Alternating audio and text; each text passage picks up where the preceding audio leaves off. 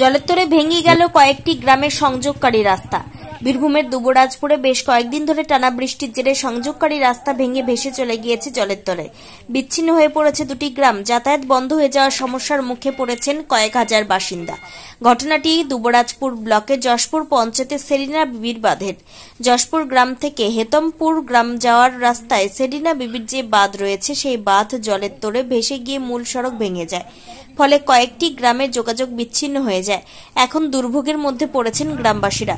শুধু গ্রামবাসীরা নয়, স্কুল ও কলেজের ছাত্রছাত্রী থেকে শুরু করে বহু নিত্যযাত্রী। পাশাপাশি এই বাঁধের জল উপচে পড়ে 20 থেকে 25টি ধান মাঠের ক্ষয়ক্ষতি হয়েছে বলে জানান চাষিরা। ফলে চাষিদের কপালে এখন চিন্তার ভাঁজ। ভুক্তভোগী বাসিন্দা শেখ মঈনুদ্দিনের দাবি, বৃষ্টি কমলেও জলযন্ত্রণা থেকে এখনও রেহাই মেলেনি।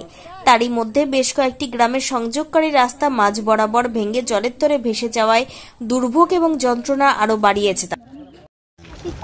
এটা আমাদের সেরিনা বিবির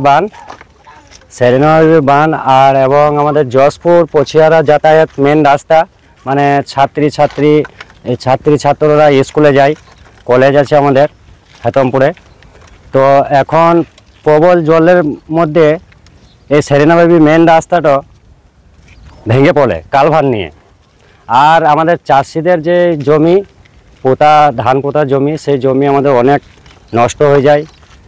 চাষিদের প্রচুর ক্ষতি হয়েছে। সেই জন্যে সেটা সরকারের কাছে আবেদন করছি যে আমাদের রাস্তাটা তাড়াতাড়ি মেরামত করা হোক।